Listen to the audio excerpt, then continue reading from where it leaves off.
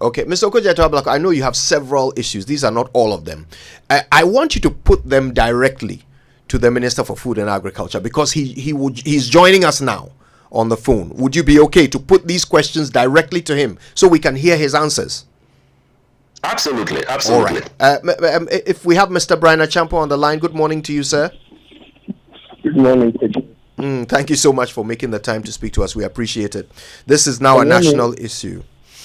Let me say a good morning to your listeners and my junior brother, Sammy.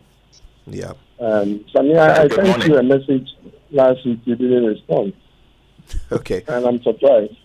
And I also did something to even call to acknowledge it. Okay. But I've also heard you in a lot of things about company that I'm 100% sure of, proudly Rock City, Ghanaian, indigenous. And I think that I have with you, it's something tickling your mind. As we speak every day, former chairman of your committee, you could have reached out to me for clarification. If you had done so, I don't think that you'll be here, because a lot of the things that you are putting out are factually inaccurate. But I'm pleading with Joy FM to give us all the time, even if I have to pay for it, so that Sammy will ask me all the questions that he has, so that I deal with it. First of all, I want to deal with the matters as Bryan Acheampong, the politician, and then the company that I also own shares in. They are two different entities. Bryan Acheampong is completely different from Rock City. If I die today, Rock City will go on. The Rock City and its branches across the country in Kumasi, Takrady, Cape Coast, Ada, Akusumbo. There are almost 1,000 workers, and we support the communities that we are in, directly or indirectly. So at least if you are probed on this transaction, you will be putting all these things out there, denting my image and hard-won credibility. But I put it to you, please ask me any questions that you have so that I can help you. Mr. Ablakwa. Yes, so let me, first of all, assure the Honorable Bryan Acheampong that this is not personal, as I've always maintained. Yes, we serve on the same committee, we serve in Parliament together. I have always taken this position, and the Honorable Bryan Acheampong, that even in the House, we're very consistent on these matters.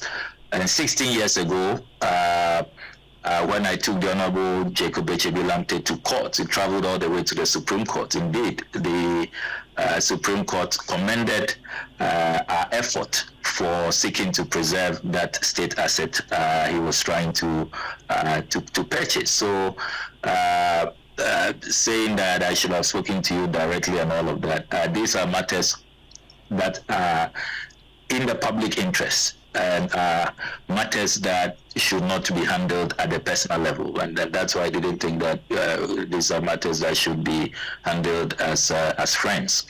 Having said that, I mean, I agree with you, except to say that even though the Supreme Court commended the action that you are taking, you lost the case at the Supreme Court. You always leave that one out in your conclusion. But what you have done, what you have succeeded in doing, is that you have tarnished Jacob Lamte's image throughout the process. You spoke on the matter, tarnished his image, and even now you are speaking about it, saying that the Supreme Court commended you. But you always fail to add that you lost the case in the Supreme Court, and you tarnished the man's image. You went on and on and on and destroyed a man, and in the end the law backed him. This is what I'm trying to tell you. Sometimes if you consult, you will get the fact, and you will not destroy people. It's not easy trying to repair an image that you have destroyed with facts that are not true, with information that are not true. That is why I asked you that if you had spoken with me, you wouldn't have even gone this far. To the extent to which you want to damage my reputation and the brand of Rock City. Mr. Acheampong, let me ask you. There is a suggestion that this deal is being made in a way that will allow you to sort of pay in installments after you've acquired these shares. Is that correct? Kudu, this is because I didn't notify you. It will be difficult not to respond to this question. But the deal is that I will answer this one, and all other questions I want you to come directly from Sami Okudzeto, because I want him to hear the responses and therefore become well educated. Well, we will work.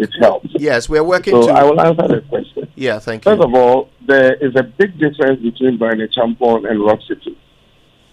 Rock City has its own board, has its own management. They make decisions and a day-to-day running of the company. I own the company proudly. Indigenous, Ghanaian, I own the company. But it has its own management, its own board. They make their own decisions. That's it. They are pursuing the vision that I set for them, to make sure that they are in all the 16 regions and the 54 markets that we have identified in the next 15 years. That's what I have set out for them, and they are executing. And you are one of the two directors? That's correct. No, I am a non-executive director of Rock City. But if you are registering as Registrar General, they don't give you this qualification, register as you just have to bring two directors. And so definitely I am one of the directors. But in terms of the functional role of the management of Rock City, I am not a part of it. I am a non-executive director. I don't take any pay salary. I don't take any emolument. I don't participate in anything. I am the vision bearer, and I try as much as possible once a year or every so often when I have a time to get them to focus on a vision. I don't receive any salary, anything, and I'm not paid any benefits. You can check from, they pay close to about 5 SSNIT to about 500 staff. You can check if I am one of them, because if I am receiving compensation, they have to pay the liabilities thereof, either payee or SSNIT, and I am not one of them. Number two, the decision or the proposal that I understand that Rock City sent to SSNIT has nothing to do with paying for the shares from revenues from the company. It's a total forms. I don't think that the competent people of SSNIT, including the board and the transaction advisor, will allow for such, forgive me, nonsense to happen. That you can walk into a company and then run the company and use the revenue of the company to pay for your shares. That would be madness. Okay. Now, the other thing that Mr. Okudzeto Ablakwa has raised in his Let petition, Okudzeto Ablakwa ask the question. I promise to answer this one. Every other question I want him to ask me, please. I understand, but we are working on the connection. We can't hear him when he speaks, so we're I trying. have all day. Yeah, we're trying to connect, but of course, this is radio. I have all day. Any time that you reach him, please call me. I want him to. He failed to talk to me to be educated before he went, and I want to use a public platform, okay, to educate him. He's my very, very good friend. Look, we are Odadies. We all went to Presec. He was my ranking when I was Foreign Affairs Committee. Just last week, I was talking to him when we sent inputs to MEPE. Okay, I think he's on now. I think we have him on the line. Mr. Okudzeto Ablakwa, can you hear us? Hello. There you are. Yes. Okay, let's get back to the issues, please. Your direct questions to the minister. Yes. So first of all, let me emphasize that this exercise we are engaging is just for the benefit of public education. Yes, Mr. Ablakwa, but if you could kindly go to the question. This would not in any way make me withdraw my petition as such. I just thought that I emphasize that point. So first of all, I have raised constitutional issues about the provisions under Article 78 and Article 98, which the Honorable Bryan Acheampong has not complied with. my checks at the committee and at the Speaker's office, he has not been granted a certificate from the Speaker to engage in these business transactions. He remains the sole beneficial owner of Rock City and stands to directly benefit from these transactions. So there are constitutional issues that I have raised. Let's hear his answer to that.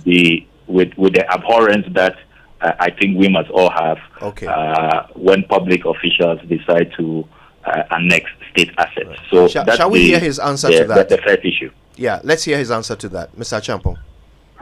Thank you, Sami. First of all, we have succeeded in pooling the data of all 275 members of parliament who own shares in companies in Ghana. And they are way more than the 47 that you are talking about. I'm talking about those who have certificates. Because the issue is about it's not about beneficial owner or shareholder. Beneficial owner simply means shareholder. Owning shares in Multimedia, Rock City, MTN, Unilever, Fan Milk, if you own shares in this company, you don't go to Speaker for permission to own shares in this company. If you are a non-executive director of a company, you don't go to the Speaker to seek permission to be able to do that.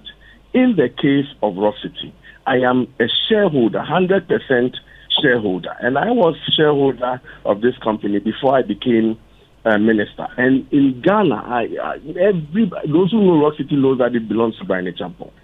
And I am not I'm not occupying an office for profit in Rock City, and I am not receiving a monument. But you are the director. But I am the director. I am the non. From the incorporation articles hold on. You are the director. If you go to hold on, be patient, please. If you go to Registrar General, the forms ask for 2 directors. I am one director and another person. But in the functional role that I will receive emoluments or occupy an office for profit in the organization, or my activities in the organization will prevent me from doing my work in Parliament or as a minister, does not come in.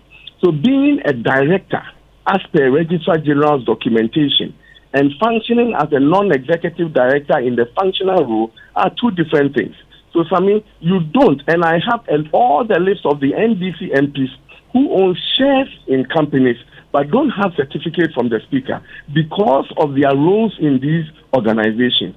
So please, stand educated on that. I understand that if you occupy an office for profit, and if you occupy a role that gives you money, not dividends, or not a growth in the company that you benefit, we are talking about roles that conflict with your role as a minister and the time that you should be serving in Parliament. You are out there doing your private business. That is what the Constitution frowns on.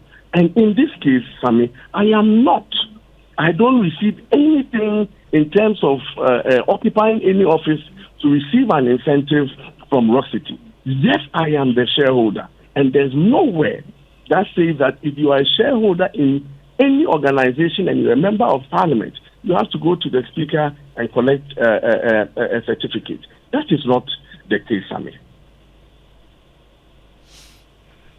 Mr. Ablakwa. He clearly has not addressed the issue. You are not only a shareholder, you are also a director. I am saying that in the Registrar General's documentation, they don't give a description of, they ask you to present 2 directors at the point of registration. So yes, I am a director, but the functional role that gives me benefits of occupy an office for profit in Rock City, I mean, that is not the case. And you can check with the GRA whether I'm paid and therefore they pay my payee, or you can check with SSNIT whether I'm paid and therefore they pay my SSNIT. That is not the case. I don't occupy an office for profit in Rock City. Shall we move on to the next issue? I've checked all of that, and you see in the petition. You have checked that I am a manager. I occupy an office for profit in Rock City. That all of these matters, I'm clear in my mind that you should have sought permission of Mr. Speaker. So it is a matter that Shraj is seized with. Shraj will make the final determination. It's not about your cause. I'm saying that other MPs may be in your position and they have not applied to the speaker. Does not absolve you. You had an obligation under the Constitution. Shall we move to the next issue, seek the speaker's permission, and you didn't. So it's a matter that Shraj will determine fully. Okay, so shall we move to the next issue, please? We can leave that for Shraj. Okay, let's move to the next issue. Mr. Ablakwa. So is he suggesting that he wants to leave all his other questions to Shraj? I don't understand. Mr. Acheampong, I think there are other issues. So, Mr. Ablakwa, what's the next one you'd like to hear? I'm trying to educate this man, and he's saying that when he gets the answers, we should go to Shraj. Mr. Acheampong, please, I think to be fair, there are questions. So if you can be patient and hear them. Yeah. Mr. Ablakwa. The other issue I have raised in the petition relates to how skewed the process is, particularly without recourse to due process. I have stated that SSNIT dealt with all the 6 hotels as though they were the same. The Ridge Royal Hotel has minority shareholders, and there ought to have been a shareholders meeting and a shareholders agreement for all the shareholders to agree to this transaction. That was not done. And that is why lawyers of Ridge Royal have protested. And indeed, that protest has led to SSNIT now, belatedly, on the 27th of March, writing to the minority shareholders that they should now exercise their first right, which should have been done much earlier. So when I talk about the arm twisting, when I talk about how the processes were skewed, and indeed, TUC also addresses this point yesterday when they say that SSNIT wrongfully treated all the hotels the same way, and it points to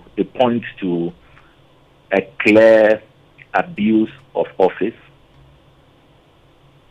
skewing the process, disregarding laid down procedure to favor a certain outcome. And I think that if you look at how SSNIT is now acting belatedly, now writing to the minority shareholders, it vindicates this point that I make. So that is the second issue. The procedural ills, if you like, skewing the process, disregarding minority shareholder rights, and arm twisting to achieve a certain outcome. Right. Mr. Acheampong. Okay.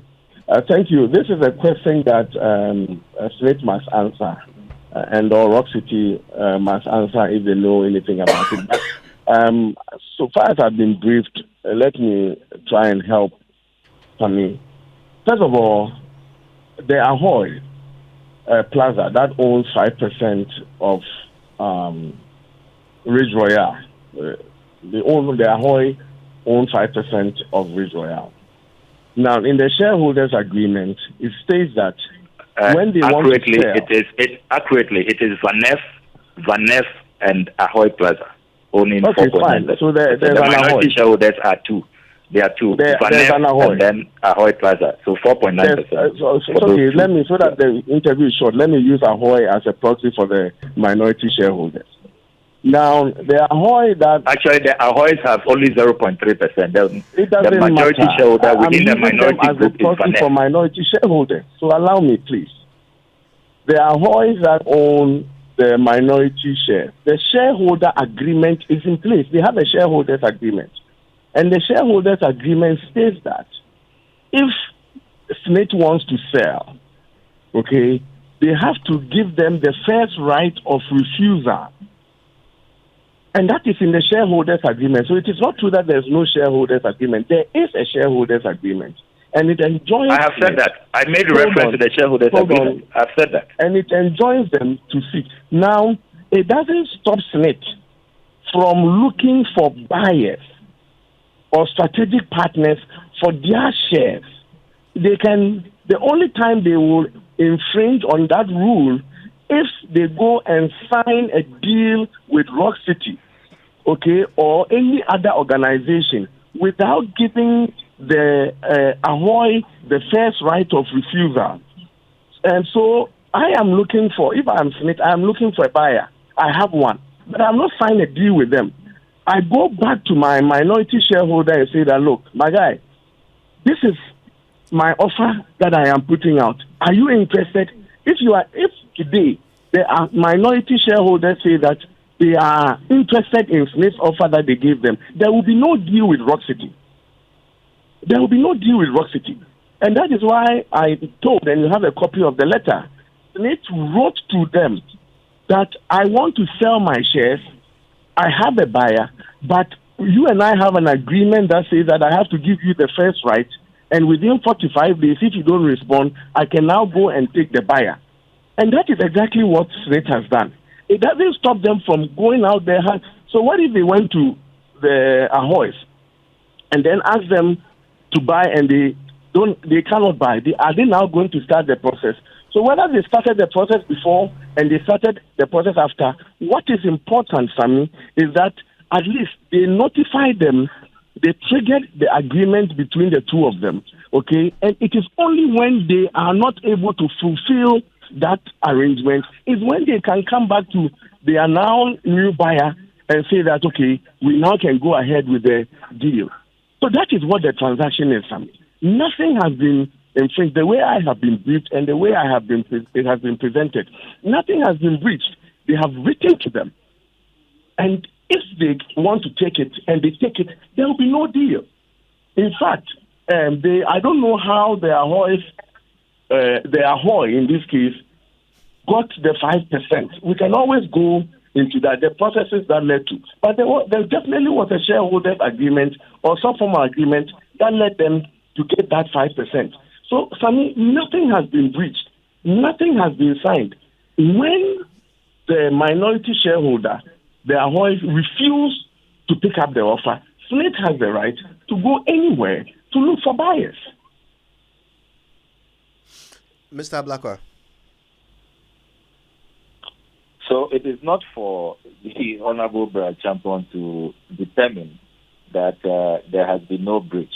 You asked me. If you look at the letter from the lawyers of the minority shareholders, Valuation Company Limited and Ahoy Plaza Limited, dated 10th May 2024, the litany of breaches are enumerated, and I have attached these letters from the lawyers to the petition. So again, SSNIT will make that determination. It is not for the Honorable Bryan Acheampong to make a decision and to say that there has been no breach.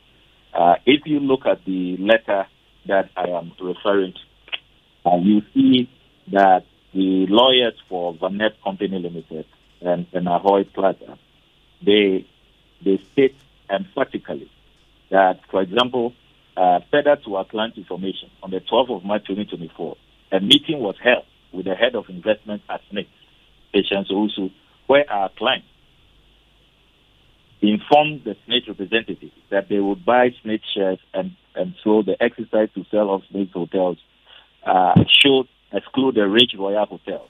Since the idea of purchasing the catering rest house, now the Ridge Royal Hotel, was solely our client's idea. Unfortunately, SSNIT did not write to our clients as promised by the head of investments at the said meeting. Our clients further instruct us to state that they only this week finally received a copy of the said letter notifying them of SSNIT's intention to sell their Martin, shares. What is the relevance According of to this? our client's instructions, no shareholders meeting has been held to discuss the sale of SSNIT shares in Ridge Royal Hotel. So there are a litany of breaches which violate the 1999 shareholders. The 1999 shareholders agreement. And it is not for the Honorable Bryan Acheampong to say that there haven't been breaches. So this is certainly one of the matters that Shraj will be making a pronouncement on. Oh, so let's take one. Point of order here. Are you saying that you are advocating for the Ahoy as a minority shareholder? If the minority shareholders have an issue, why don't they just go and deal with their SSNIT? How does Shraj come in on a corporate matter? I mean, are you now advocating for the minority shareholders? I don't understand, Sammy. The facts are the facts. I am advocating for the people of Ghana. It's just like the way you appear to be advocating for Royal is a body corporate. And the minority shareholders are also a body corporate. Who are you? Anyway. Can I, when you are speaking, I don't interrupt. I have made the point about lack of due process, about how the whole procurement process appears to be skewed towards a particular outcome. This is a major evidence in building that case. So it is not about defending any shareholder. I don't have any interest in this matter. I'm not defending any shareholder. Okay. Shall we move to the next issue, Mr. Ablakwa? Yeah, Kojo, I have also stated in the petition that SSNIT and Rock City appear to have an unholy alliance.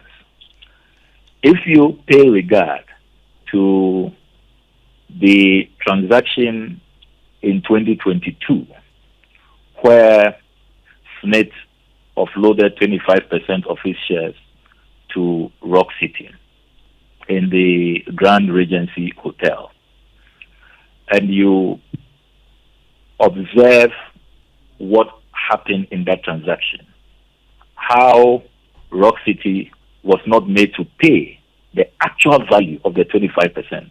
The 25% of SSNIT's shares was valued at 8.6 million Ghana cedis at the time. And yet, in a bizarre preferential treatment, Rock City was allowed to pay below value, 7.4 million. And even that, from my whistleblowers, Rock City was then later on allowed to pay in installment. So one, they refused to pay the value, the actual value of 8.6 million. They said they will pay 7.4 million. Even that, they are paying in installment. And they also refused to peg the transaction to the dollar. SSNIT had made that recommendation and Rock City refused. If you read the minutes of that meeting, which I've put out. And I have made the point that if you look at this history, there is no way we will be guaranteed value for money. Already, there are issues to do with the valuation. The Properties Department of SSNIT was not allowed to carry out its internal valuation. The recommendations from the transaction advisor are not being followed in this transaction. Which one are you talking about? You are obfuscating the issues. If we were talking about the Kumasi, can we deal with it? Then you can come to another. Yes. So Kumasi is important because that's okay. I'll deal with it. Let me permit me to deal with the Kumasi matter. If we can hear the full question from Mr. Ablakwa, then we can hear the full answer from Mr. What he's trying to do in propaganda, we call it stacking. Okay, you bring a matter that is not true, and you continue to repeat it until I take strong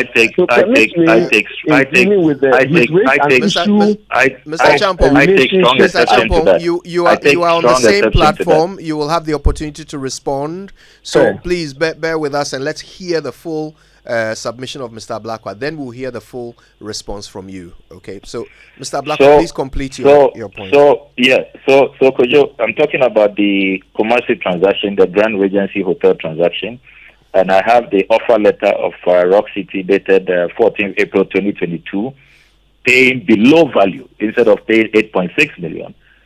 They were allowed to agree to pay 7.4 million and allowed to pay that in installment. And I've also produced the minutes of negotiations leading to that short changing of Ghanaian workers dated Wednesday, 16th March 2022. And these are all contained in my petition to SSNIT. And I have made a point in that petition that this is what raises concern and it worries all of us. And at yesterday's press conference, you notice that the TUC has begun raising those issues, confirming my fears that the MOU that they have cited, their reps on the board have told them that, again, Rock City is being given preferential treatment. They are going to be allowed to pay in installments and all of that. We are not going to have value for money. So you see a consistent pattern right from Kumasi coming to this 6 hotels transaction. And it's one of the major issues I have. Mr. Acheampong. Thank you. I don't think Rock City has extensively on the Kumasi transaction. The company, the SSNIT Hotel in Kumasi, was divested to a particular person who had, a private individual who had maintained 75 shareholding for more than 30 years. Rock City, I'm told, wanted to expand to Kumasi, have a presence in Kumasi. So they approached the private sector person and asked to buy his 75% shares in the hotel. The private sector person wrote to SSNIT, giving SSNIT the first right of refusal because they want to offload their shares. SSNIT said they were not interested because for 30 years, they have not received a penny from that hotel in Kumasi.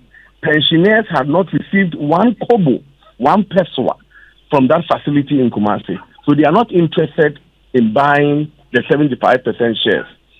Now, Rock City now went ahead and agreed with a private sector person to pay $3 million for 75% shares in the company. The private sector person. They paid him $3 million. At the time, the transaction was pegged to the dollar. Now, when they finally got the shares and now became a majority shareholder by acquiring the interest of the majority shareholder with the private sector person, there's J. Stanley Owusu, that is the name. He's a big waste management contractor in Kumasi, and everybody, those who know him. Anyway, when Rock City became a majority shareholder in that company, they now approached SSNIT that we have acquired, and you are aware, 75% shares in this company. We want to buy your shares. So they entered into negotiations. And the most fairest negotiation was that, I'm told, that Rock City then presented what they paid to the private sector person, that we paid $3 million. So it will be fair that we pay 25% at $1 million, Rock City tells me. So they went ahead and offered in the negotiations $1 million. At the time, the $1 million that they offered was 7.1 million Ghana cedis to the dollar. So they went into the negotiations and SSNIT accepted the offer of $1 million pegged to at 7.1 million Ghana cedis.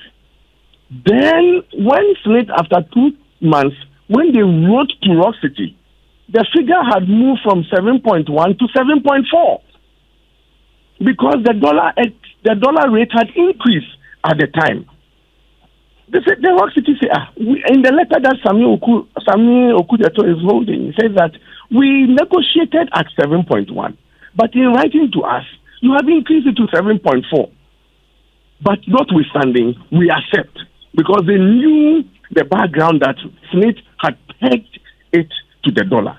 Now, their valuation of 8.9 million is what they have on their books.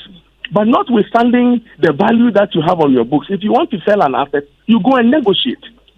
So if the private sector person had been offered at $3 million and accepted, and which is for every 25% share is equivalent to $1 million. And SSNIT is also offered the same $1 million. Wherein lies the short changes? So the fact that you have a value of an item at 8.4, and you go into negotiations and achieve 7.4, because the benchmark on the market is really what the private sector person has offered, at least at the barest minimum. Wherein lies the strong words of shady meetings, bizarre preferential treatment, and unholy alliance. Sammy, knowing this, will you still use these words? Kojo? Mr. Ablakwa. Let me read from page 2 of the intercepted meeting on the negotiations, which totally disprove what the Honorable Bryan Acheampong is saying. So this is Mr. Osafumafu's speaking. SSNIT proposition on the sale price.